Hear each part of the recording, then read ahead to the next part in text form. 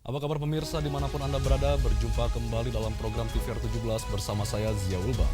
Tepat pukul 17 waktu Indonesia Barat, kami hadirkan kepada Anda sejumlah informasi paling baru dan menarik seputar kinerja dan kegiatan DPR RI yang telah disajikan oleh redaksi TVR Parlemen. Pemirsa TVR Parlemen, inilah TVR 17 selengkapnya.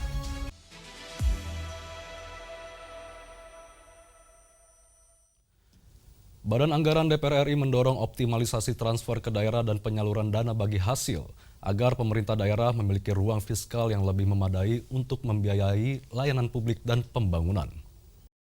Keterbatasan kapasitas fiskal masih menjadi tantangan bagi sejumlah pemerintah daerah dalam membiayai layanan publik dan pembangunan. Menyikapi kondisi tersebut, Badan Anggaran DPR RI mendorong optimalisasi transfer ke daerah dan penyaluran dana bagi hasil agar pemerintah daerah memiliki ruang anggaran yang lebih memadai. Dalam kunjungan kerja ke Pontianak, Wakil Ketua Banggar DPR RI Syarif Abdullah Al-Qadri menyampaikan, tingginya belanja pegawai yang mencapai lebih dari 50% APBD, serta belum optimalnya penyaluran dana bagi hasil dari pemerintah pusat masih menjadi beban bagi keuangan daerah.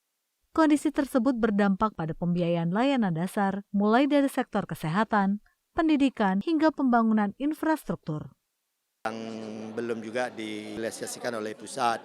Kemudian tentu berkaitan dengan hal-hal yang lain ya, termasuk berkaitan dengan persoalan daerah, masalah kesehatan, masalah pendidikan, ya, kemudian infrastruktur jalan. Nah, ini tentu hal-hal ini yang tentu menjadi harapan mereka bagaimana dana seperti TKD dan yang lain-lain dulu yang diterima oleh daerah itu bisa dipenuhi kembali. Banggar DPR RI mendorong agar kebijakan transfer ke daerah pada APBN 2026 disesuaikan dengan kebutuhan real pemerintah daerah serta selaras dengan program pemerintah pusat. Dengan demikian, daerah diharapkan memiliki kapasitas anggaran yang lebih kuat untuk meningkatkan kualitas pelayanan publik dan mendukung pembangunan daerah. Dari Pontianak, Kalimantan Barat, Rangga Wijaya, TVR Parlemen melaporkan. Komisi 11 DPR RI mendorong evaluasi kebijakan fiskal secara berkelanjutan untuk meningkatkan kualitas pengelolaan APBN serta mengoptimalkan penerimaan negara dan efektivitas belanja pemerintah. Anggota Komisi 11 DPR RI Haris Tureno menilai, kebijakan fiskal perlu terus dievaluasi agar mampu meningkatkan kualitas pengelolaan APBN. Hal ini mencuat seiring penurunan penerimaan negara, pemangkasan belanja modal, dan pelebaran defisit yang menjadi catatan dalam pelaksanaan APBN. Haris mengungkapkan, realisasi penerimaan perpajakan tahun 2025 hanya mencapai 89,05% dari target yang ditetapkan. Menurutnya, kondisi tersebut menunjukkan masih perlunya upaya optimalisasi pendapatan negara, sekaligus evaluasi terhadap efektivitas kebijakan fiskal yang diterapkan pemerintah. Nah, yang menjadi menarik adalah penurunan ini disebabkan karena belanja-belanja yang tidak produktif atau karena apa? Kok bisa dipotong sampai mendekati 50%? Dan berapa estimasi potensi penerimaan negara yang hilang akibat dari pengurangan belanja modal ini? Karena kalau sudah dipotong masih tidak ada dampaknya, maka ini bahaya, berarti yang terjadi adalah pemborosan. Selain itu, Haris mendorong pemerintah menghitung dampak pemangkasan belanja modal terhadap potensi penerimaan negara.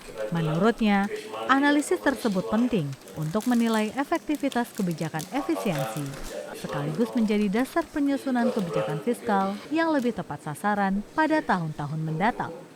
Fajar Ilhami dan Temi, TVR Parlemen melaporkan. Komisi 10 DPR RI mendorong peningkatan anggaran kepemudaan agar program pembinaan karakter dan pemberdayaan generasi muda berjalan lebih optimal di tengah pesatnya perkembangan teknologi. Pesatnya perkembangan teknologi dinilai harus diimbangi dengan penguatan karakter generasi muda. Karena itu, Komisi 10 DPR RI mendorong peningkatan anggaran kepemudaan agar program pemberdayaan dan pembinaan pemuda dapat berjalan lebih optimal. Dalam rapat kerja bersama Menteri Pemuda dan Olahraga yang membahas LKPP APBN 2025, Wakil Ketua Komisi 10 DPR RI Lalu Hadrian Irvani menegaskan, Kemajuan ilmu Nah, pengetahuan tantangannya dan adalah teknologi bagaimana harus generasi diiringi muda dengan ini kita pembentukan persiapkan. karakter, etika, dan moral generasi muda agar mampu menghadapi tantangan masa depan. Menurutnya, upaya tersebut memerlukan dukungan anggaran yang memadai. Dengan perkembangan zaman yang begitu pesat, perkembangan ilmu pengetahuan dan teknologi mengharuskan kepada generasi bangsa ini untuk bisa beradaptasi. Percuma pintar, percuma menguasai teknologi, tetapi akhlaknya tidak baik, etikanya tidak baik. Nah, oleh sebab itu, tentu di dalam mempersiapkan generasi muda yang unggul dan tangguh, dibutuhkan anggaran yang memadai untuk pemberdayaan pemuda kita. Selain pemberdayaan tadi, maka pendidikan merupakan fondasi utama. Oleh sebab itu, tadi diskusinya bahwa anggaran untuk kepemudaan, Komisi 10 mendorong untuk terus ditingkatkan. Komisi 10 DPR RI berharap peningkatan anggaran kepemudaan dapat mendorong program pemberdayaan yang lebih terarah dan berkelanjutan. Dengan demikian, pembangunan generasi muda tidak hanya berfokus pada peningkatan kompetensi dan penguasaan teknologi, tetapi juga membentuk karakter, integritas, dan jiwa kebangsaan yang kuat. Dwi Utomo, TVR Parlemen, melaporkan. DPR RI terus menjalankan fungsi legislasi, pengawasan, dan diplomasi parlemen untuk menjawab berbagai tantangan nasional, mulai dari penguatan regulasi, kerjasama internasional, hingga perlindungan sektor strategis. Usai jeda berikut ini kami hadirkan rangkaian informasi seputar komitmen DPR RI dalam memperkuat ketahanan pangan serta inovasi digital untuk membuka ruang partisipasi publik yang lebih luas. Untuk itu jangan kemana-mana, tetaplah di TVR 17.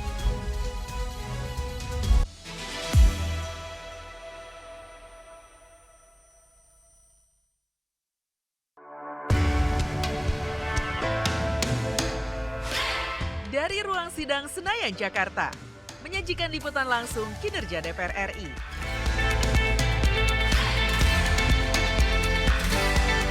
Dialog mendalam, investigasi, dan profil wakil rakyat. TVR Parlemen kini hadir 24 jam. Yuk kita kenalan dengan anggota DPR RI periode tahun ini. Dari depan kursi, di balik kursi, gini, di balik kursi. Aku ingin menjadi sesuatu yang mungkin bisa kau rindu. Acap kahiji, rukun sakabehna, gitulah pokok nama. Semakin penasaran kan bagaimana kiprah karir politiknya? Hanya di TVR Parlemen.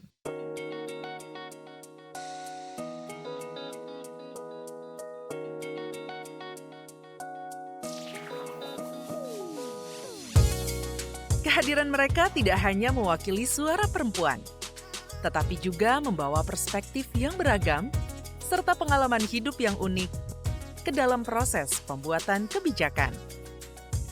Saksikan Perempuan Parlemen hanya di TVR Parlemen.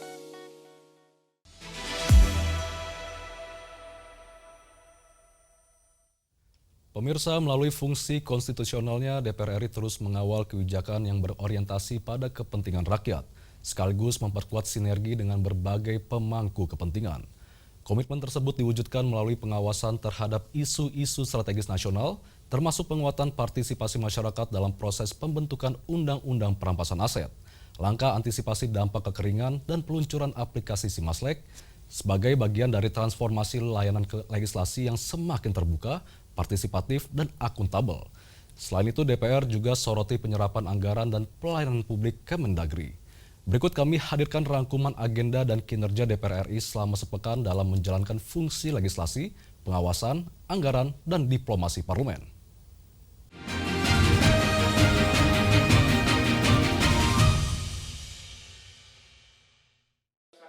Komisi 3 DPR RI menegaskan pembahasan rancangan undang-undang tentang perampasan aset tetap berjalan dan masih masuk dalam program legislasi nasional atau prolegnas prioritas tahun 2026. Penegasan ini sekaligus meluruskan informasi yang beredar di media sosial mengenai penghentian pembahasan RUU tersebut. Anggota Komisi 3 DPR RI Martin Daniel Tumbelaka menjelaskan, pembahasan RUU perampasan aset dilakukan secara cermat agar mampu memberikan kepastian hukum sekaligus mencegah potensi penyalahgunaan wewenang dalam penerapannya.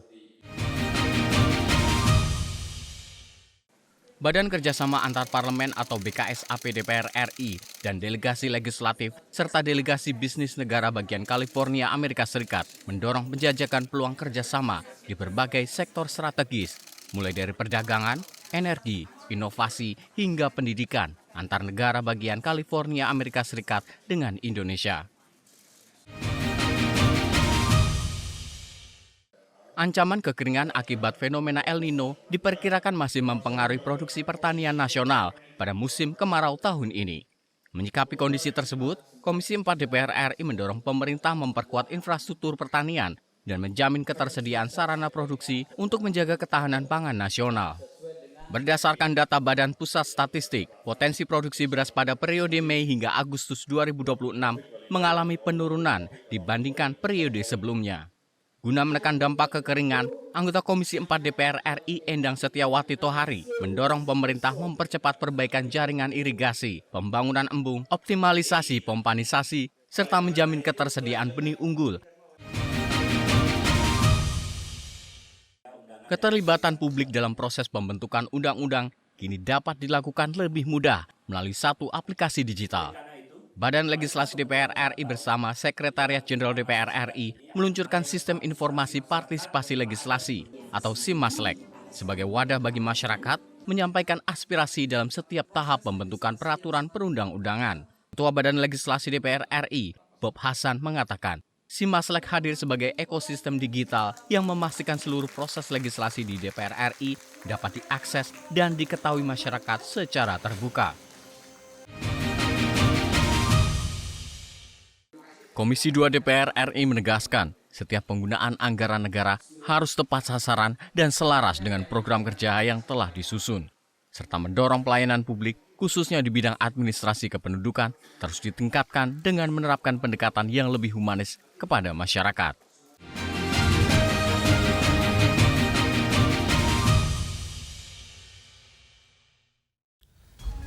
Tenaga kesehatan merupakan garda terdepan dalam menjaga kualitas pelayanan kesehatan masyarakat.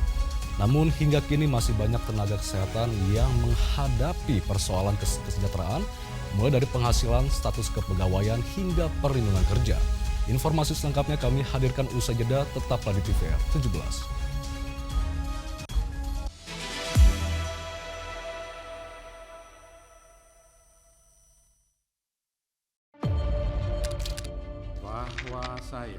Bahwa saya demi Allah saya bersumpah dan seadil-adilnya periode keanggotaan DPR RI hingga saat ini, yaitu terdapat 126 undang-undang yang telah selesai dibahas DPR RI. Terima kasih rekan Elisa dan juga Danida. Pemirsa,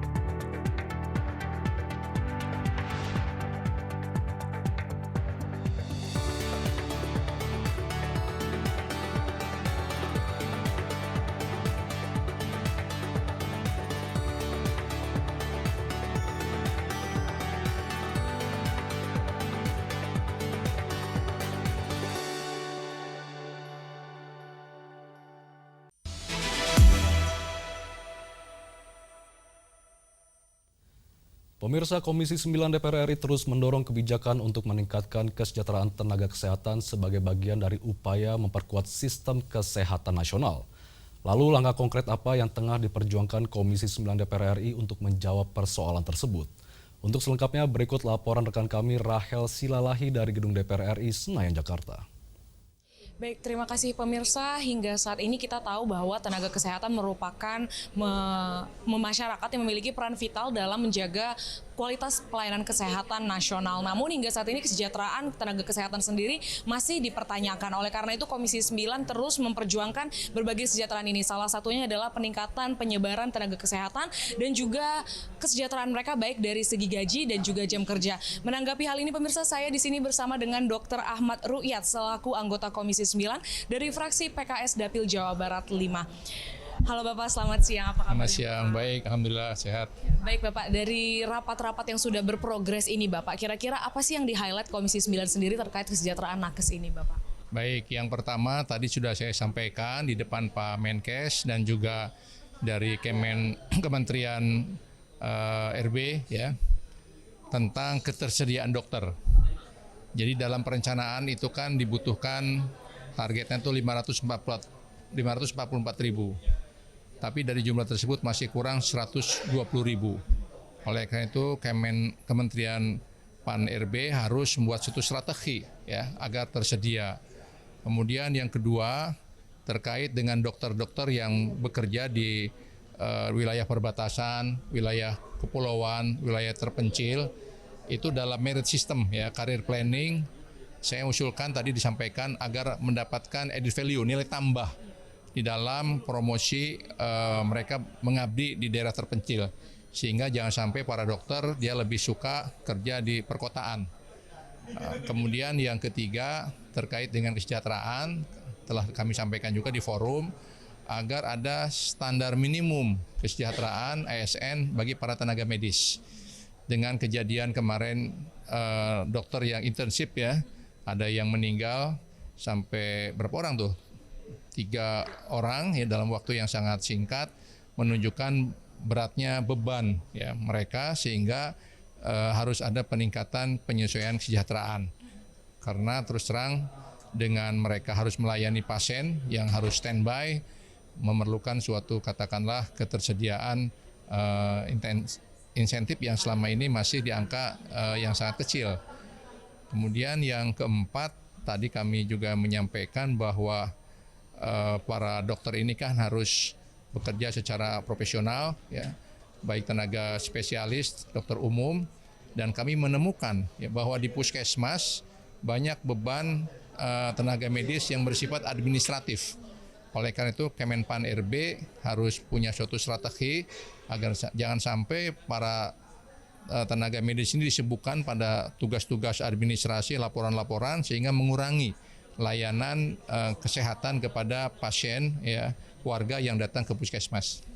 Apakah nanti ke depannya DPR juga akan meminta langkah konkret, misalnya membuat regulasi baru terkait jam kerja dan juga tadi biaya gaji dan insentifnya, apa gimana Bapak ke depannya kira-kira? Ya, regulasinya sudah lengkap ya, tinggal masalah tindak lanjut saja dari kementerian-kementerian terkait, baik Kementerian Kemenpan RB, baik Kemendagri ya. Kami sayangkan juga tadi Kemendagri tidak hadir menterinya ya, karena di dalam tata tertib setidaknya yang hadir itu setara eselon 1 yang bisa ngambil keputusan ya. Tadi yang hadir eselon 2 ya, direktur ya, sehingga tadi akhirnya dari Kemendagri tidak bisa mengikuti karena tidak bisa mengambil keputusan ya. Demikian pula dari Kemenkes. Jadi saya lihat poinnya pada tindak lanjut dan juga pada ketersediaan keuangan negara ya. Dan tadi juga sebenarnya ada usulan agar Kementerian Keuangan juga turut hadir ya, agar informasinya didengar langsung seperti itu. Tadi kan Bapak juga bilang Kementerian Keuangan direkomendasikan hadir, kemudian Kemendagri juga belum sempat hadir. Apakah ke depannya akan ada rapat lanjutan yang sudah ditentukan waktunya untuk membahas hal ini atau gimana Pak? Ya, tentu ini harus menjadi perhatian dan catatan penting bagi Komisi 9. Ya, meskipun ini di Banggar juga sempat saya suarakan juga ya, agar dari Kementerian Keuangan ada suatu kebijakan yang memang proporsional ya, seperti terus terang saya kemarin di Banggar menyoroti anggaran alokon ya di Kementerian Kependudukan dan Pembangunan Keluarga yang 0. Padahal ini sangat penting karena dengan anggaran 0 ini kan akan nanti banyak ya mungkin ibu hamil yang tak direncanakan, yang tak diinginkan karena alat-alat kontrasepsi dan sebelumnya kekurangan. Demikian pula di dalam deputi BPOM, ya, Badan Pengawas Obat dan Makanan, itu deputi penindakan 0. Padahal core kompetensi dalam Badan Pengawasan Obat dan Makanan itu justru pada deputi penindakan. Kami sampaikan juga di Banggar di dalam panja kebijakan belanja pusat. Bapak, berarti dapat kita simpulkan bahwa memang Komisi 9 ini masih terus memperjuangkan hak-hak dari tenaga kesehatan, begitupun isu-isu kesehatan lainnya seperti tadi juga ada anggaran BPOM dan yang lainnya pemirsa. Dan tadi juga telah disampaikan oleh Dr. Ahmad bahwa DPR sendiri juga mengusulkan adanya sistem merit bagi para dokter yang akan bekerja di daerah terpencil ataupun daerah 3T. Demikian laporan dari kami pemirsa, terima kasih, kembali ke studio.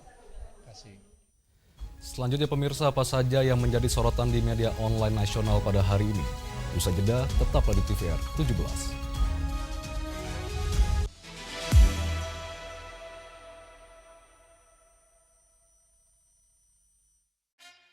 Yuk kita kenalan dengan anggota DPR RI periode tahun ini.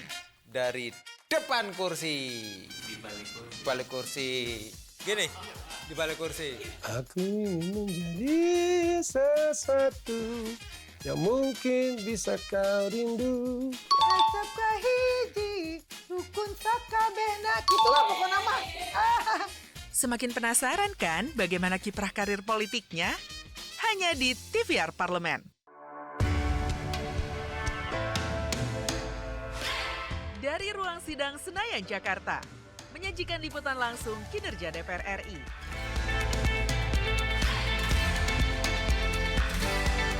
Dialog mendalam, investigasi, dan profil wakil rakyat. TVR Parlemen kini hadir 24 jam.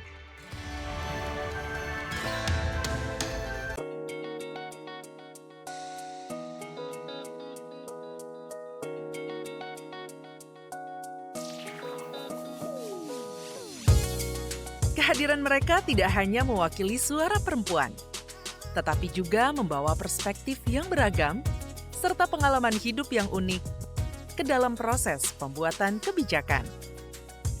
Saksikan Perempuan Parlemen hanya di TVR Parlemen.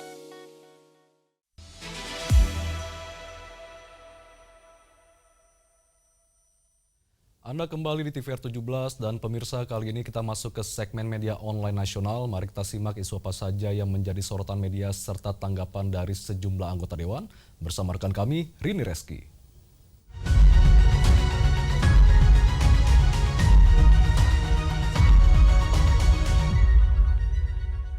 Baik, terima kasih rekan Zia dan selamat sore pemirsa. Kita masuk ke segmen media online nasional. Berita pertama yang menjadi headline di media online nasional pada sore hari ini yaitu mengenai kecelakaan tambang Freeport mempengaruhi proyeksi PNBP 2026. Kita lihat pemirsa ke layar kaca.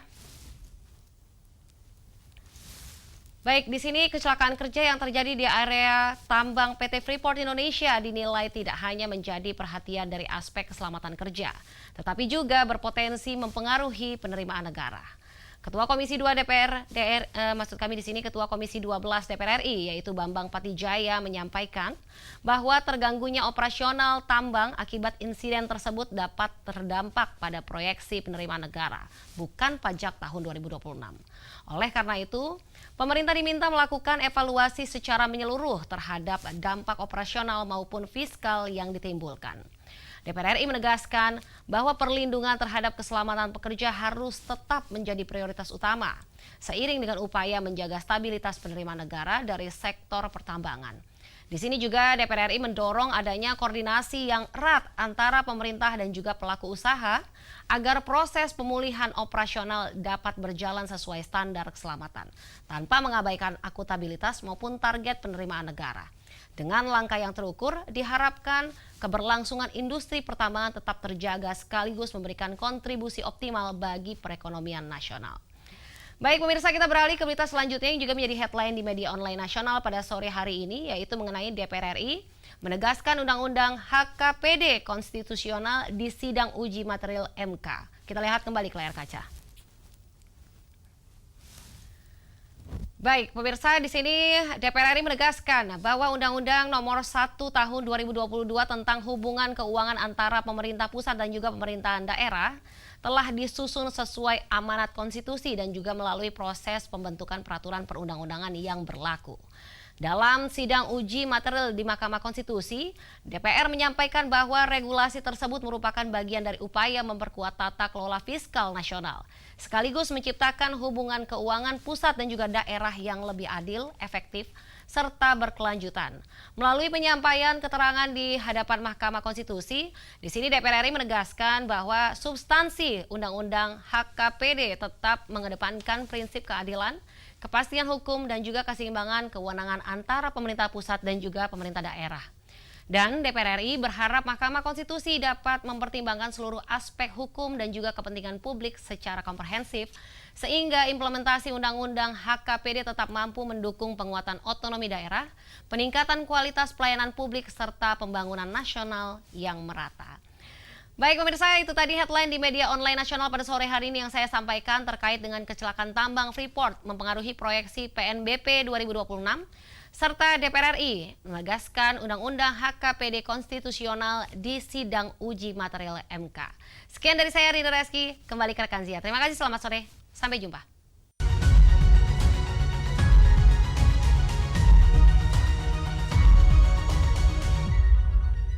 Baik, terima kasih rekan Rini yang telah menyampaikan sejumlah update sorotan dari media online nasional pada hari ini.